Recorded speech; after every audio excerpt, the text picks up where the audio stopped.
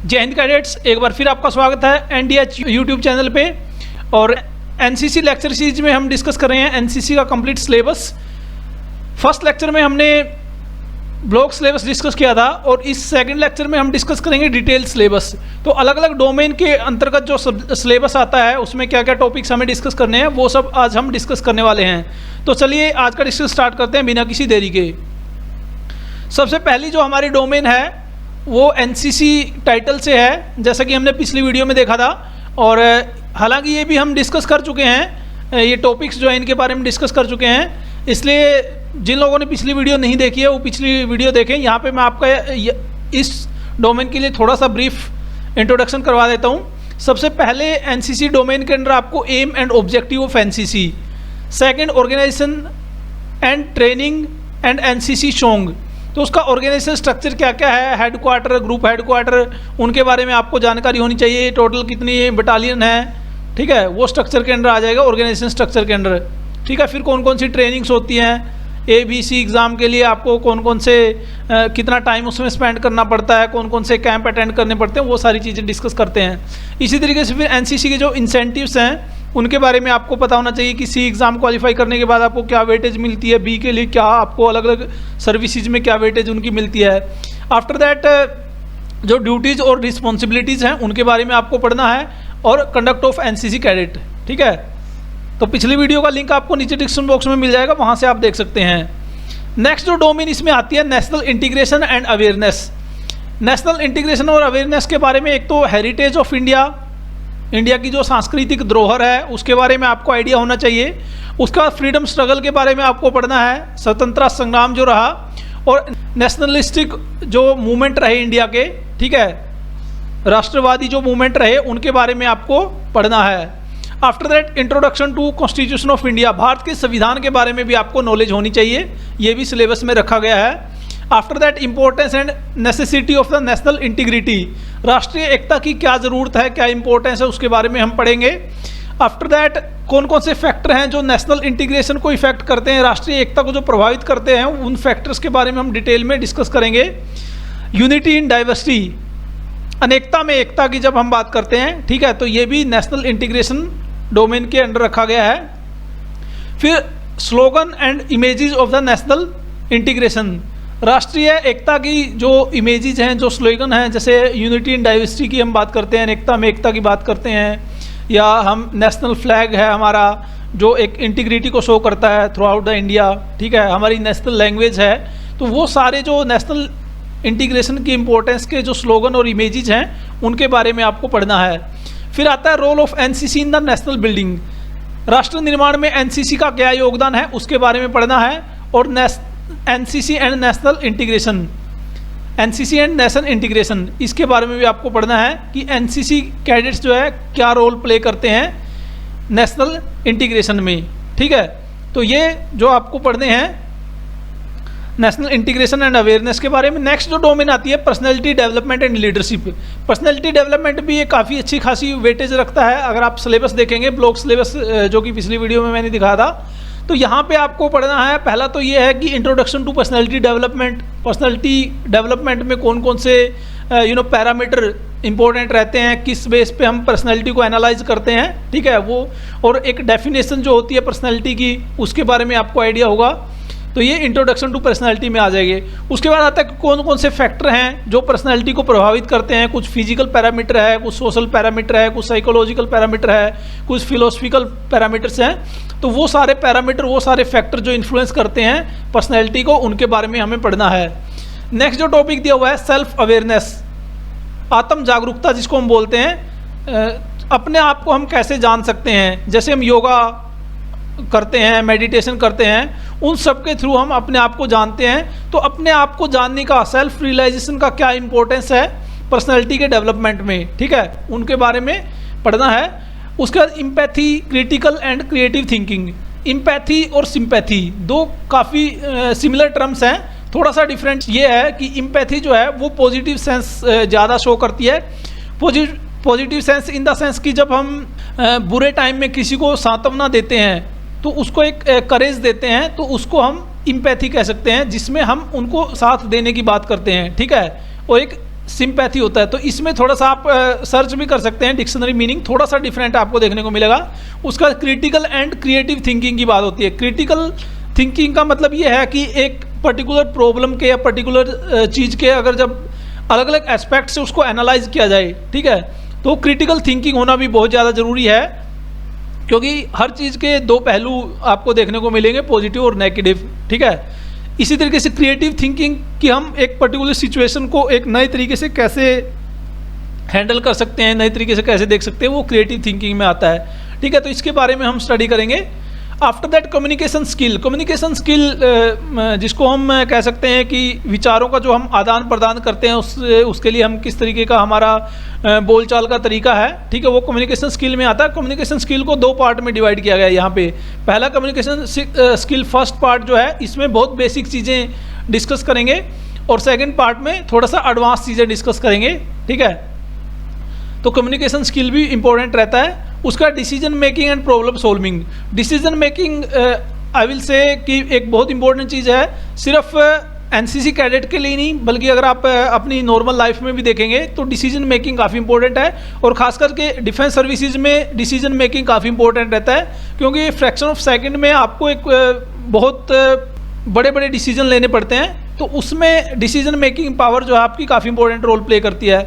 इसी तरीके से प्रॉब्लम सॉल्विंग जो कैपेसिटी आपकी, एक पर्टिकुलर प्रॉब्लम को आप अलग अलग नज़रिए से देखें, अलग अलग क्या बेस्ट मेथड हो सकता है एक प्रॉब्लम को सॉल्व करने का, क्योंकि एक प्रॉब्लम को हम नंबर ऑफ वे में सॉल्व कर सकते हैं, लेकिन बेस्ट मेथड क्या रहेगा उस वे में सोचना, तो वो प्रॉब्लम सॉल्विंग कैपेसिटी भी एक एनसीसी कैडेट में होनी चाहिए।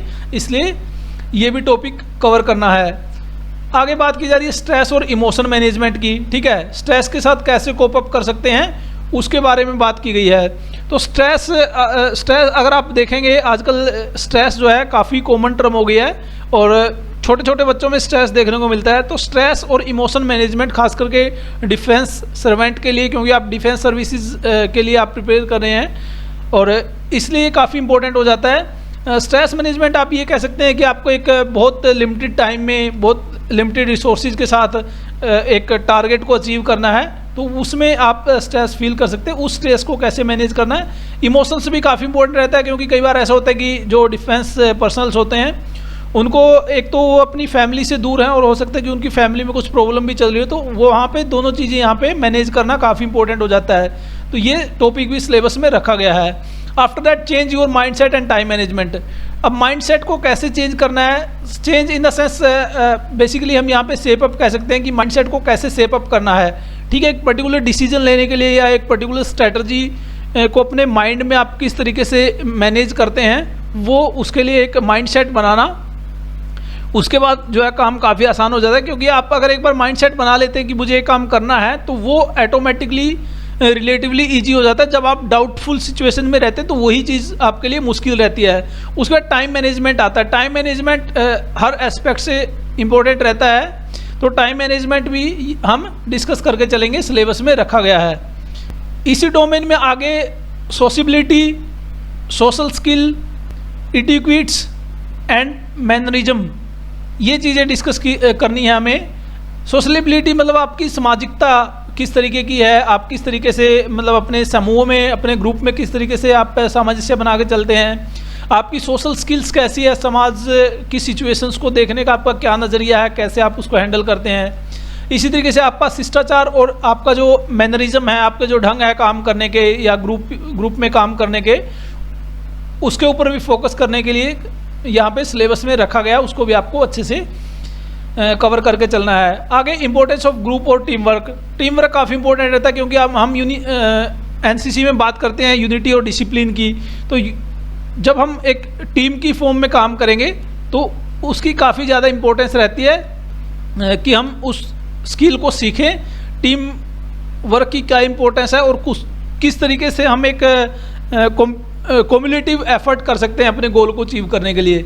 इसी तरीके से इंटरव्यू स्किल्स के ऊपर फोकस किया जाता है। इंटरव्यू स्किल्स बेसिकली, इंटरव्यू का मतलब ये होता है कि जब कुछ भी चीज़ कोई जानना चाहता है आपसे, तो आप उसको किस ढंग में रिप्रेजेंट करते हैं। बेसिकली इंटरव्यू का वही मतलब होता है, ठीक है। तो यहाँ पे क्योंकि रिक्रूटमेंट प्रोसीजर में इंटरव्यू एक काफ़ी इंपॉर्टेंट एस्पेक्ट रहता है, तो उस पॉइंट ऑफ व्यू से भी काफ़ी इंपॉर्टेंट है। उसका कैरियर काउंसलिंग, कैरियर काउंसलिंग में मतलब एनसीसी कैडेट्स के पास क्या क्या अपॉर्चुनिटी है, अलग अलग विंग्स में जाने के लिए उनको कौन कौन से चांसेस मिलते हैं, ये कैरियर काउंसलिंग में आता है। मतलब आपकी कैपेसिटी को आइडेंटिफाई करते हुए आपके लिए बेस्ट जो आपका फील्ड रहेगा वो कौन सा रहेगा, वो कैरियर काउंसलिंग काफ़ी इंपॉर्टेंट रहती है।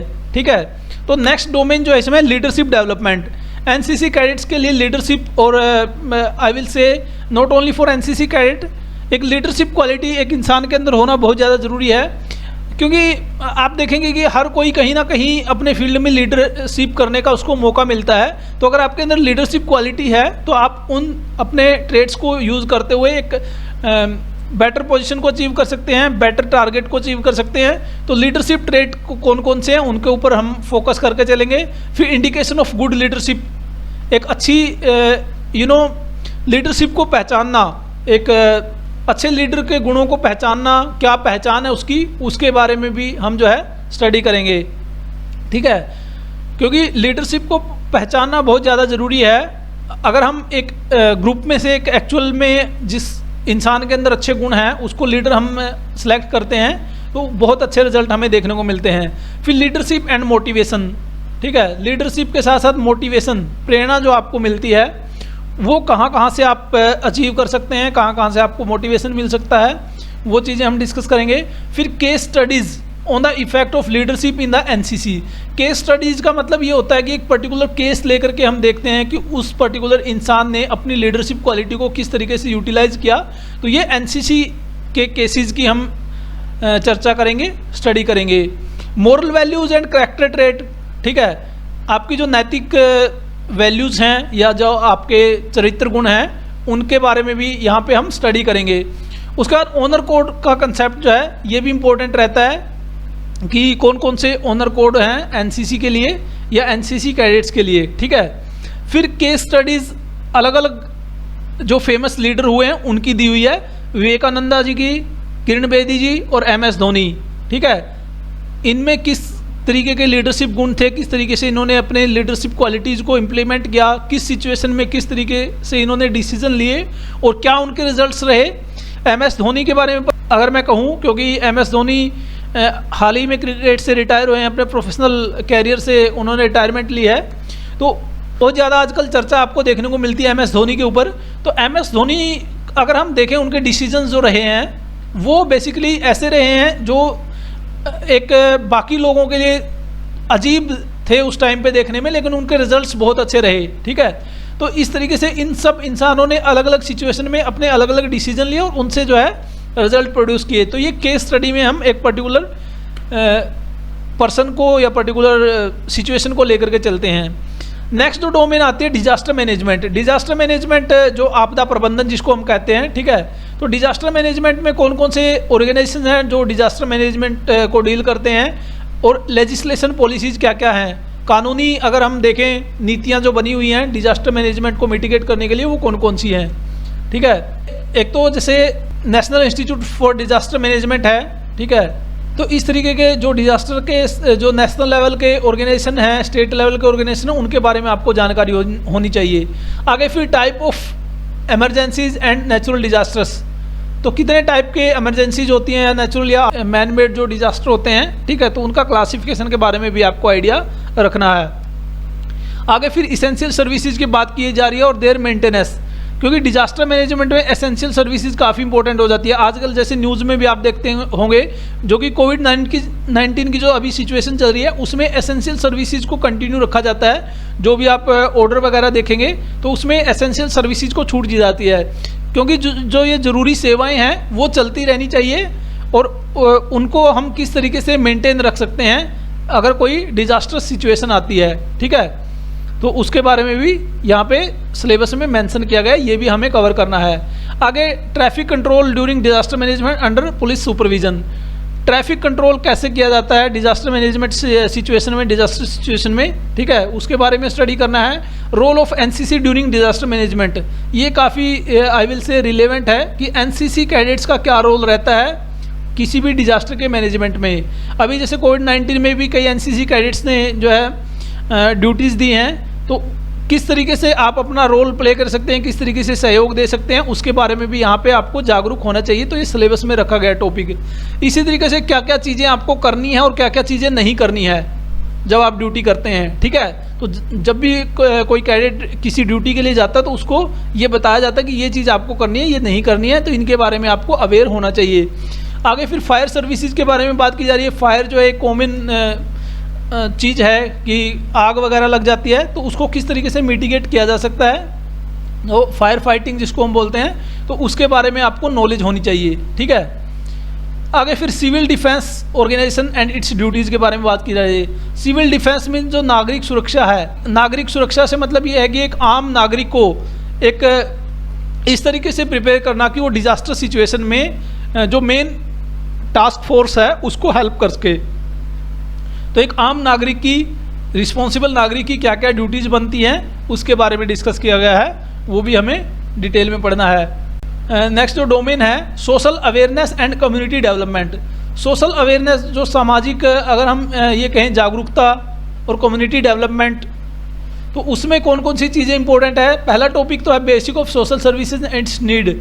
सोशल सर्विसेज जो हैं वो कौन कौन सी हैं, किस किस तरीके से हम समाज में अपना योगदान दे सकते हैं और क्या उसकी ज़रूरत है, ठीक है। आगे फिर रूरल डेवलपमेंट प्रोग्राम के बारे में बात की गई। रूरल डेवलपमेंट प्रोग्राम के बारे में आपको जानकारी होनी चाहिए, ठीक है। बहुत सारे रूरल डेवलपमेंट प्रोग्राम चलते हैं, उनके बारे में आपको पता होना चाहिए कौन कौन से प्रोग्राम कौन कौन से टाइम पे स्टार्ट किए गए थे, ठीक है। रूरल डेवलपमेंट इंपॉर्टेंट इसलिए भी है क्योंकि अगर हम इंडिया में देखें तो ज़्यादातर जनसंख्या जो हमारी गांव में बसती है, और गांव का जब विकास होगा तभी जो है हम ये मान सकते हैं कि भारत का एक संपूर्ण विकास हो सकता है, ठीक है। तो इस चीज़ को ध्यान में रखते हुए समय समय पर रूरल डेवलपमेंट प्रोग्राम स्टार्ट किए गए। फिर एनजीओज़ हैं, बहुत से एनजीओ हैं जो नॉन गवर्नमेंट ऑर्गेनाइजेशन जिनको हम बोलते हैं, उनके क्या क्या रोल और क्या कंट्रीब्यूशन हो सकते हैं समाज सुधार में, ठीक है, वो भी काफ़ी इंपॉर्टेंट है, उसके बारे में आपको जानकारी रखनी है। स्वच्छ भारत अभियान, अगर करंट टाइम में देखें तो स्वच्छ भारत अभियान एक बहुत ही सक्सेसफुल कैंपेन रहा, और उसमें क्योंकि हर किसी की भागीदारी होना जरूरी है किसी भी कैंपेन के सक्सेसफुल होने में, ठीक है। तो स्वच्छ भारत अभियान के बारे में आपको जानकारी होनी चाहिए। इसी तरीके से contribution of youth towards social welfare, सामाजिक कल्याण में यूथ क्या रोल प्ले कर सकते हैं। एनसीसी में क्योंकि मैक्सिमम यूथ लोग होते हैं, तो वो किस तरीके से अपना कंट्रीब्यूट कर सकते हैं सोशल वेलफेयर के लिए, ठीक है। इसके बारे में आपको जागरूकता होनी चाहिए। और बेसिकली जागरूकता इसलिए ज़रूरी है क्योंकि बीइंग एनसीसी कैडेट आपकी रिस्पॉन्सिबिलिटी ये रहती है कि आप दूसरों को अवेयर करें। तो दूसरों को अवेयर आप तभी कर पाएंगे जब आप खुद अवेयर होंगे, खुद आपको नॉलेज होगी, ठीक है। इसी तरीके से सोशल सिक्योरिटी स्कीम जो है उनके बारे में आपको अवेयरनेस होनी चाहिए, ठीक है। जैसे एक एनएसएस होता है, नेशनल सोशल सर्विस, इसी तरीके से बाकी सोशल सिक्योरिटी स्कीम्स भी होती हैं, उनके बारे में भी आपको पढ़ना है। आगे फिर सोशल इविल्स के बारे में बात की जा रही है कि जैसे डोवरी सिस्टम हो गया, दहेज प्रथा है, या कन्या भ्रूण हत्या है, या चाइल्ड अब्यूज़ है, ठीक है, या ड्रग्स है। तो इनके बारे में आपको ये जो सोशल इविल्स हैं क्या इनकी जड़ें हैं, क्या बेसिक कोज हैं इनके, उनके बारे में आपको जानकारी होनी चाहिए, ठीक है। फिर cause and prevention of HIV AIDS के बारे में बात की जा रही है। HIV एड्स जो है ये एक ऐसी चीज़ है जहाँ पे कम बातचीत होती है, लेकिन बीइंग यूथ और आप एनसीसी कैडेट होने के, एक रिस्पॉन्सिबल कैडेट होने के नाते आपको क्या क्या कोजेज़ हैं उसके और क्या क्या प्रिवेंशन मेजर्स लिए जा सकते हैं उनके बारे में आपको जानकारी होनी चाहिए ताकि आप औरों को अवेयर कर सकें।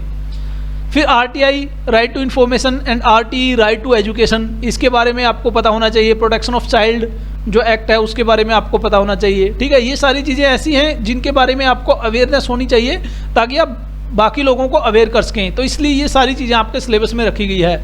आगे फिर रोड सेफ्टी की बात की जाए, रोड या रेल ट्रैवल सेफ्टी की अगर हम बात करें तो ये भी काफ़ी इंपॉर्टेंट टॉपिक रहता है। यहाँ पे आप कई बार अवेयरनेस प्रोग्राम भी देखते हैं रोड सेफ्टी के रिगार्डिंग, क्योंकि अगर आप देखेंगे कि रोड एक्सीडेंट में बहुत सारे लोग एनुअली मारे जाते हैं, तो उस तरीके की चीज़ों को हम कैसे कम से कम कर सकते हैं, कैसे मिनिमाइज कर सकते हैं, उसके लिए आपको इन चीज़ों के बारे में अवेयरनेस होनी चाहिए।